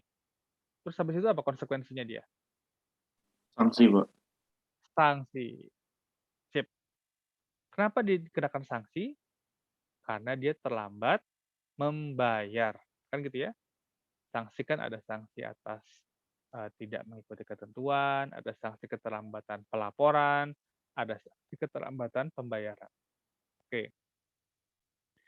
Sanksi tersebut ya, kalau sudah jatuh tempo dasar penagihan pajaknya, maka dia kita bilang dengan istilah bunga penagihan yang diatur di pasal 19 angka 1 Undang-Undang KUP.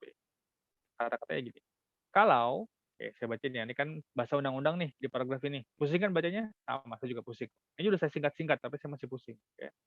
Kalau dasar penagihan pajak, ya bisa berupa SKPKB, bisa berupa SKPKBT, bisa berupa SK pembetulan, dan seterusnya. Ya. Ketika jatuh tempo tidak dibayar, maka atas jumlah yang nggak dibayar itu, nanti kita kenakan denda. Ya. Kenai sanksi. Berapa banyaknya?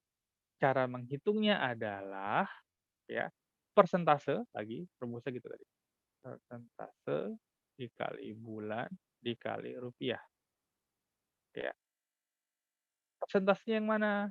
Ini menggunakan tarif yang ditetapkan oleh Menteri Keuangan. Oke, berarti kita bilang ini tarif KMK. Oke. Berapa bulan yang dihitung dari tanggal jatuh tempo sampai dengan tanggal pembayaran? Tuh bulannya. Ya. Atau dalam hal tertentu bisa juga sampai tanggal terbit STP. Bisa. Ya. Dari mana? Dari jumlah yang tidak atau kurang dibayar. Oke, next ini. Oke, semoga nggak bikin ribet. Oke, teman-teman. Ada yang perlu saya ulang? Nggak ada? Aman, Yakin? Pak. Pak, izin Oke. bertanya, Pak. Oh iya, silakan. Kalau yang dihitung dari tanggal jatuh tempo itu maksudnya berarti dari tanggal jatuh tempo DPP-nya ya, Pak? Dasar penagihan pajaknya ya, Pak? Iya, oke. Sekarang kalau kita bilang tadi di sini. Tanggal 10 Agustus itu nanti kita bilang sampai tanggal 9 September. Kalau tanggal 9 September dia masih denda nggak? Kalau dia tanggal 9 September kena denda nggak? Enggak kan ya? Enggak, Pak. Oke, berarti kalau itu berarti mulai ngitung dendanya ketika berakhir jatuh tempo. Oke, berarti mulai tanggal 10 September. Ini yang dimaksud di sini biar nggak bingung. Oke, istilah tersebut. Berarti dihitung sejak pertama kali dia bayar terus kena denda. Gampang seperti itu. Sampai dengan tanggal pembayaran atau sampai tanggal diterbitkan STP. Kok bisa tanggal STP lagi? Ya itu nantilah ketika kita ngomongin upaya hukum, ya.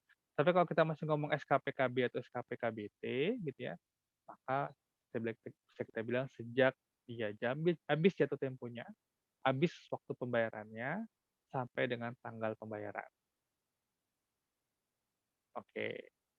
Sampai sini ada yang perlu ulang lagi? Nggak ada? Oke. Sekarang ada ilustrasi ini. Ilustrasi yang sama. Ya. Ini ada wajib pajak, diperiksa atas PPh Pasal 23, terbit SKPKB tanggal 10 Agustus. Masih sama kayak tadi. Ceritanya adalah si wajib pajak melunasi SKPKB tersebut tanggal 25 September 2021. Oke. Yang ingin saya teman-teman kerjakan sekarang adalah berapa dendanya dalam jumlah rupiah. Berapa dendanya? Oke. Silakan teman-teman kerjakan. Ya. Sambil bisa ditanyain gimana cara kerjanya begitu ya. Kira-kira gimana nih? Kemarin kan saya sediakan tabelnya, ya kan? Sekarang kalau teman-teman dikasih informasi seperti ini, terus diminta menghitung berapa denda yang harus kita charge, berapa denda yang harus kita terbitkan dalam STP gitu ya. Karena dia tadi katanya, kenapa kena denda? Karena dia terlambat membayarnya. Harusnya membayar di tanggal 9 September, tapi dia membayar di tanggal 25 September. Gimana tadi rumusnya teman-teman? Kalau ngitung denda, kan ada 3 komponen tuh. Denda itu sama dengan persentase, ya. Kali apa lagi? Bulan. Kali bulan, dikali berapa pokoknya, gitu kan ya? Berapa sisa yang belum dibayar. Oke, sip. Bisa dikerjakan? Ada yang pertanyaan dulu?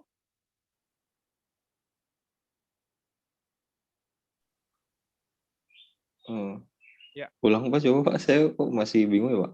Oke, ulang di ilustrasi ini maksudnya. Iya Pak. Di sebelah kiri kita lihat. Ada SPT PPh Pasal 23. Diperiksa. Ya. Setelah diperiksa, terbit SKPKB.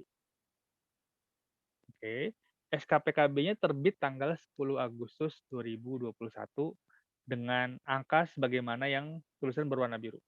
Jumlah yang masih harus dibayar dalam SKPKB adalah sebesar ini.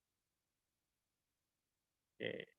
Sekarang dari informasi di slide sebelumnya, Paul, kita tahu nih, kalau terbit tanggal 10 Agustus, Jatuh temponya kapan? Kapan dia terakhir harus bayar?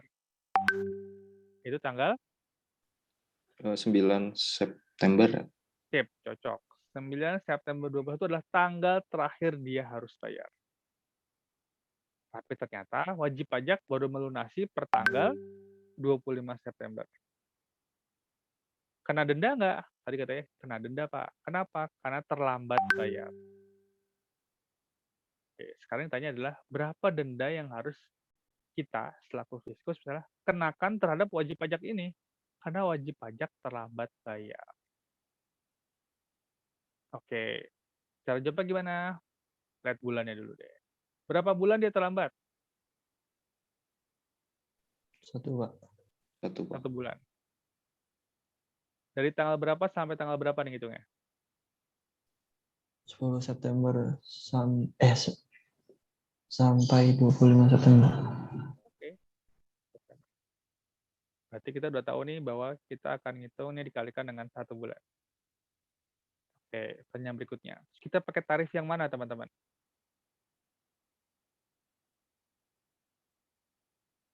Ini pakai tarif apa namanya nih? Pakai tarif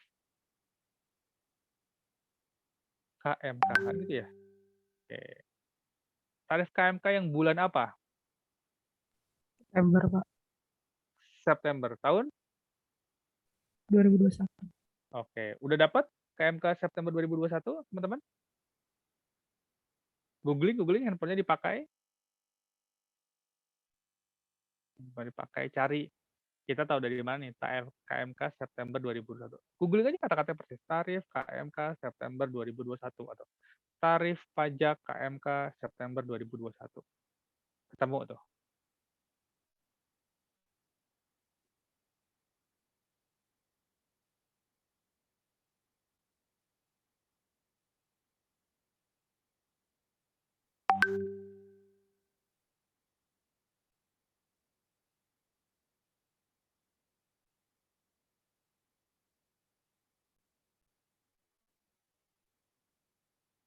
Ada. Tarif KMK September 2021 ketemu. Sudah, Pak. Udah ada, oke. Ada beberapa tabel di situ kan? Ada tabel kan di situ kan? Oke, sekarang pertanyaan berikutnya adalah, kita mau pakai tarif pasal berapa nih? Pasal 19 bukan, Pak? Oke, kenapa pasal 19, Mas Andika? Tadi di slide sebelumnya dijelaskan tentang bunga penagihan itu pasal 19, Pak.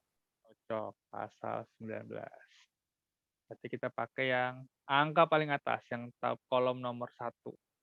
Baris nomor 1, sorry. Berapa besarnya? Berapa persen itu? Saya nggak hafal. 0,52, Pak. 0,52, Pak. 0,52%. Oke, berarti ini 0,52%. Oke, jadi dari mungkin kalau September 2021 baru ada 4 baris kayaknya ya. Tarif pasal 19 berarti itu untuk bunga penagihan, kan gitu ya. Tarif pasal 8 berarti untuk pembetulan atau keterlambatan penyampaian SPT 8 sama 9. Pasal 13 ayat 2 itu untuk pemeriksaan, ya. Yang baris nomor 4, pasal 13 ayat 3, habis pasal 8 sebenarnya ada pasal berapa ya? 15 ayat 3 ya? Buat pembetulan SPT, seingat saya. Habis itu ada pasal 13, yang poin nomor 4. Pasal 13 ayat 2 sama pasal 13 ayat 2A. Itu untuk pemeriksaan. Dalam hal ini, karena kita ngomongin adalah bunga penagihan, oke, maka kita gunakan tarif pasal 19. Ya. Dapat 0,52% dikali 1 bulan, dikali berapa nih jumlahnya? Informasinya adalah dari jumlah pajak yang tidak atau kurang dibayar. Berapa nih jumlah pajak yang tidak atau kurang dibayar sampai tanggal 10 September? Yaitu sebesar 11.820.000. Berarti sanksinya dibungain lagi nih? Iya, coba. Bisa bunga berbunga gitu ya. Itu bahasa di kami di Perpajak di praktisi aja. Tapi ini adalah menggunakan jumlah yang masih harus dibayar. Itu berapa hasilnya? Oke, saya nggak tahu berapa. Tapi kalau teman-teman udah tahu caranya, pasti angkanya ketemu. Ya nggak? Semuanya kan punya kalkulator kan? Punya Excel kan? Dan punya handphone kan? Pasti bisa dihitung. Oke. Sampai titik ini ada yang perlu saya ulang teman-teman? Harus tahu nih. Mana? Ada yang perlu saya ulang? Sorry sebentar.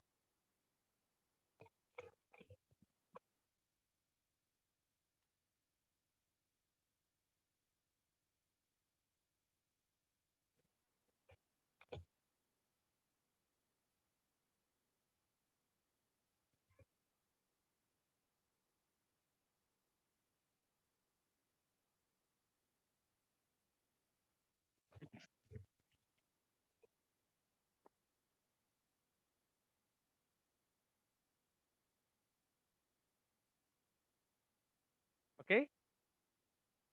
Cukup? Jempol, jempol? Jempol bisa semua jempol? Aman? Insya Allah. Siap, Ustaz. Oke. Kita lanjut kalau gitu. Kan sekarang tanpa tabel udah bisa ngitung sendiri ya. Oke. Habis itu kita sekarang ngomongin sekilas satu strategi mengenai pengangsuran dan penundaan pembayaran pajak. Ya. Bahwa kalau ada wajib pajak gitu ya, yang merasa tidak mampu untuk segera membayar hutang pajaknya, itu diperbolehkan kalau dia mau minta pengangsuran atau penundaan. Oke. Tapi nanti juga akan dikenakan sanksi berdasarkan sisa utang pajaknya. Oke, boleh nyicil nggak? Boleh, gitu kan ya. Saya utang pajak SKPKB keluar 100 juta. Ya. 1 bulan kemudian, dia merasa bahwa saya nggak akan bisa nih bayar 100 juta bulan depan. Maka sebelum jatuh tempo, dia bisa bilang ke DJP. Saya akan bayar, tapi saya nyicil. Boleh nggak? Oh, boleh. Tapi nanti juga akan dikenakan sanksi. Oke, tapi ini detailnya kita coret dari kewajiban teman-teman lah. Ya, untuk fokus ke dari pengasuhan dan penundaan. Oke? Intinya boleh nggak? Boleh. Terakhir mengenai penagihan adalah bahwa negara memiliki hak untuk mendahului. Apa nih? Hak nyalip apa nih? Yaitu hak nyalip di bidang penagihan, teman-teman. Maksudnya apa? Di negara itu boleh menjadi pihak pertama ya, untuk menerima pembayaran pajak dari para wajib pajak yang berhutang. Meskipun si wajib pajak punya utang yang lain, ke orang-orang lain. Bahasanya adalah negara mempunyai hak mendahulu untuk utang pajak atas barang-barang milik penanggung pajak. Oke. Jadi kalau ada perusahaan ya, dia punya utang pajak 1 miliar, dia punya utang ke bank 2 miliar, dia punya utang ke rentenir 500 juta, dan dia punya utang ke mana-mana gitu ya, punya utang lain. Ketika ada wajib pajak yang disita barangnya, kemudian dilelang, terus dijual, ya, maka yang pertama dibayarkan itu apa?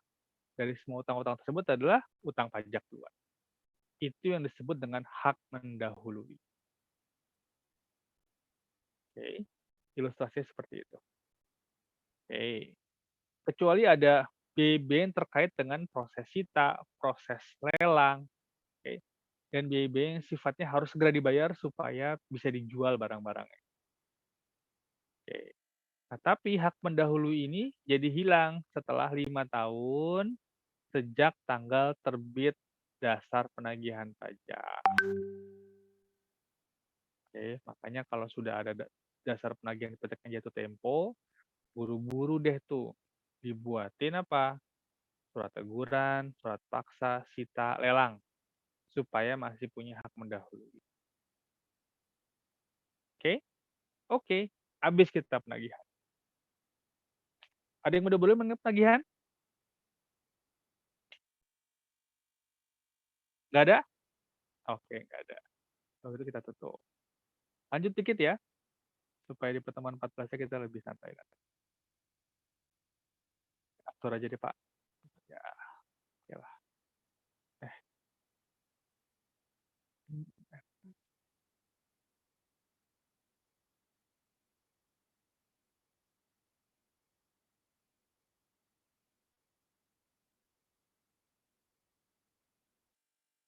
terakhir kita ngomongin mengenai hukum nih. Aduh, ya hukum.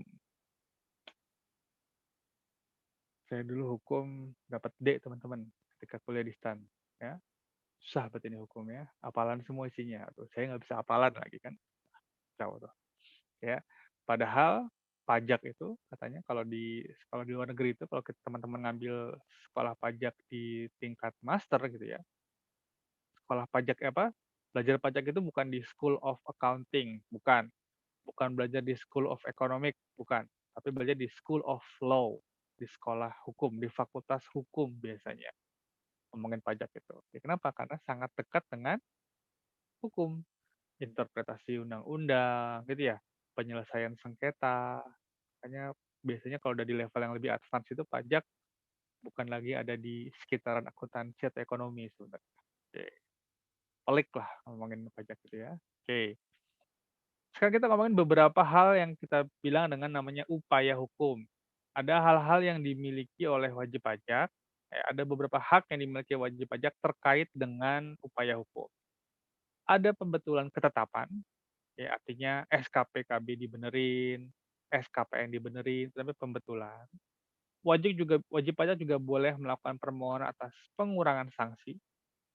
Tadi kita di contoh soal bahwa pokok pajaknya 10 juta, sanksinya 1.800.000 sekian tadi. Oke. Maka wajib pajak boleh melakukan permohonan pengurangan atas sanksi, atau juga boleh melakukan permohonan atas pembatalan ketetapan. Dibatalkan aja ketetapannya. Oke. Termasuk wajib pajak boleh mengajukan keberatan. Oke. Ini grup yang pertama.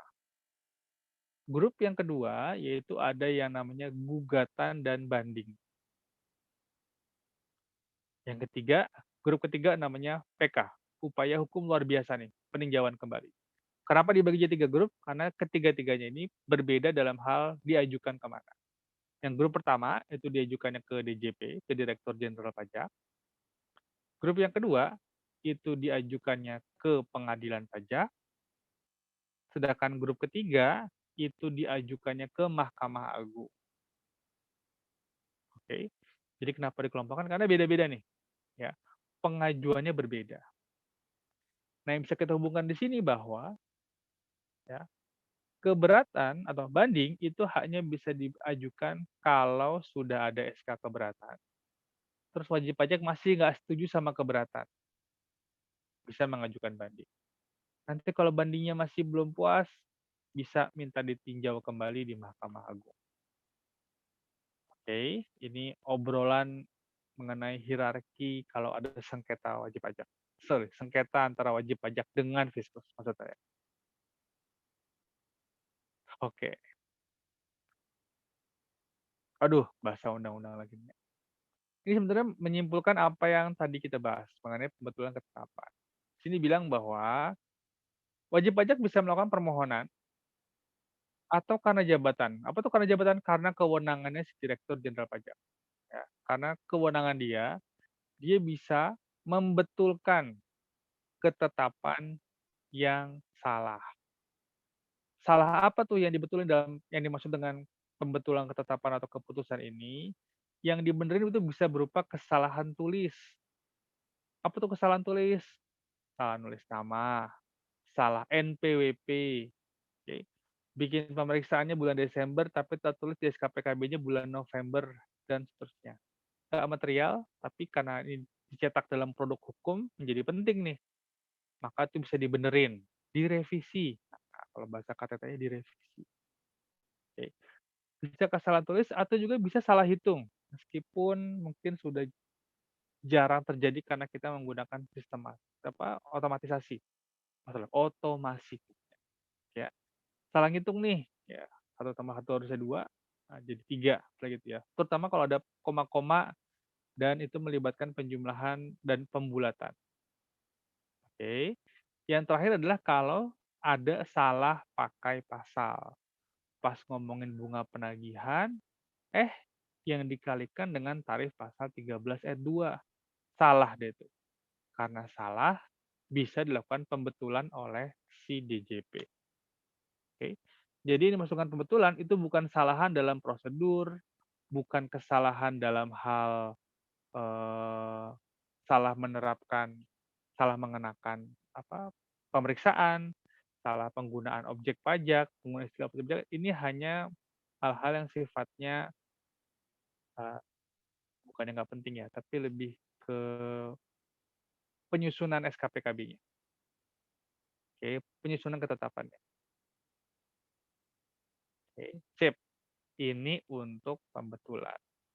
Nah, pembetulan ketetapan ini ada beberapa prosedur. Mungkin prosedurnya hanya saya tulis di halaman ini aja, karena prosedur pembetulan, permohonan penghapusan, sama prosedur permohonan pembatalan itu sama, ya. Tapi saya sampaikan di satu slide ini aja supaya untuk menghemat slide-nya, gitu ya. Kalau meminta kebetulan, maka harus mengajukan ke DJP, dan dalam jangka waktu 6 bulan akan dikasih respon. Kalau respon yang nggak dikasih, maka permohonan tersebut dianggap diterima. Oke? Oke. Ini untuk kebetulan. Yang kedua, ada pengurangan, teman-teman. Yang dikurangkan bukan pokok pajak, tapi yang dikurangkan adalah sanksinya aja. Sanksi administrasi. Ya, sama bisa atas permohonan atau karena jabatan. Tapi yang dimohonkan penghapusan hanya sanksinya aja. Oke. Misalnya, keluar SKPKB, wajib pajak setuju dengan hasil pemeriksaan, maka dia terima SKPKB, tapi dia merasa tidak mampu nih. Duh, sanksinya gede amat sih, gitu ya. Kan saya baru pertama kali salah nih, saya kan nggak sengaja salahnya. Maka dia bisa meminta apa? Permohonan pengurangan atau penghapusan sanksi. Ya, tolong dong, nih saya bayar pokoknya, tapi sanksinya dihapusin aja. Sanksi yang tercantum bisa dalam STP, sanksi SKPKB, atau sanksi dalam SKPKB. Oke. Oke. Syaratnya adalah mohon pengurangan boleh, gitu ya, tapi jangan sambil mengajukan upaya hukum yang lain, misalnya keberatan. Oke, nggak bisa nih sambil mengajukan keberatan, sambil mengajukan permohonan pengurangan sanksi. Padahal ketika mengajukan permohonan pengurangan sanksi itu seakan-akan udah setuju dengan pokoknya. Yang minta dikurangkan hanya sanksinya doang. Oke? Oke. Ini persyaratannya. Ya. Dan dalam proses permohonan pengurangan, wajib pajak itu sudah terlebih dahulu harus melunasi pajak yang terutang. Harus tuh, kudu. Ya. Sebagai tanda apa? Wajib pajak mengiyakan apa yang ada di STP, SKPKB, atau SKPKBT. Mereka setuju dengan apa yang ada di situ, hanya saja meminta apa? Dispensasi lah. Kenapa? Karena ini dibuat karena kesalahan yang tidak sengaja.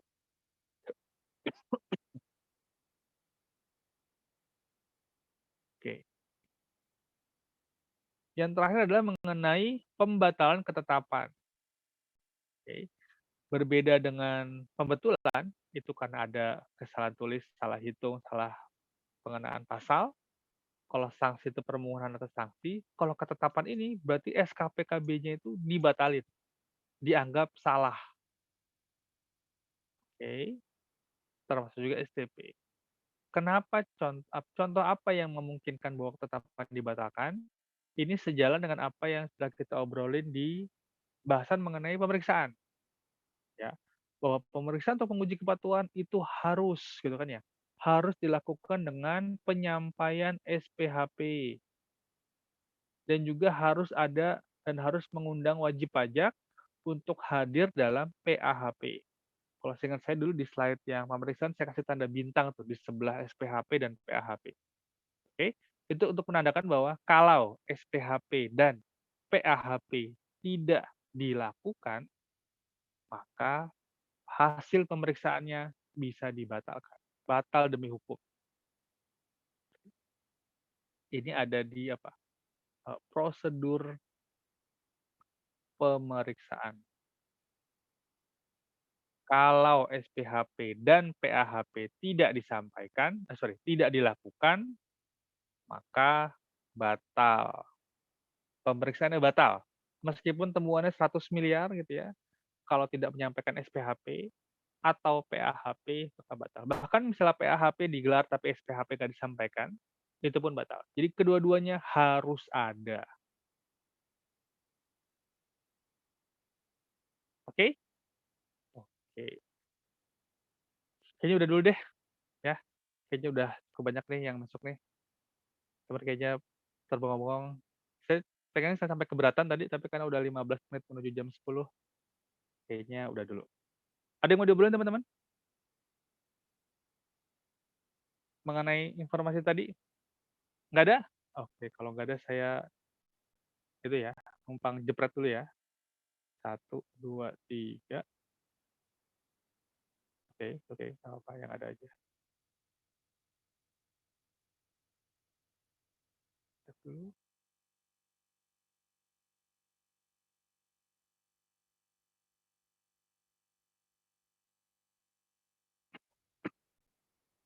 Oke. Jaga kesehatan teman-teman, gitu ya. UAS tinggal di depan mata nih, gitu ya. Semoga teman-teman tetap semangat mengerjakan tugas-tugasnya, gitu ya. Semoga minggu depan saya tanya, gimana tugas-tugasnya? Beres Pak, semua udah beres, gitu jawabannya ya. Sehingga menghadapi UTS sudah lebih luang waktunya. Oke. Namanya juga cita-cita, ya nggak? Cita saya pengen lihat mahasiswanya minggu depan, gimana tugasnya? Aman Pak, semua udah beres, gitu. Itu ya Ria. Mudah-mudahan. Oke. Kalau gitu saya pamit. Terima kasih buat partisipasi teman-teman. Kalau kita ketemu lagi pekan depan. Oke? Begitu, fase saya tutup ya. Makasih.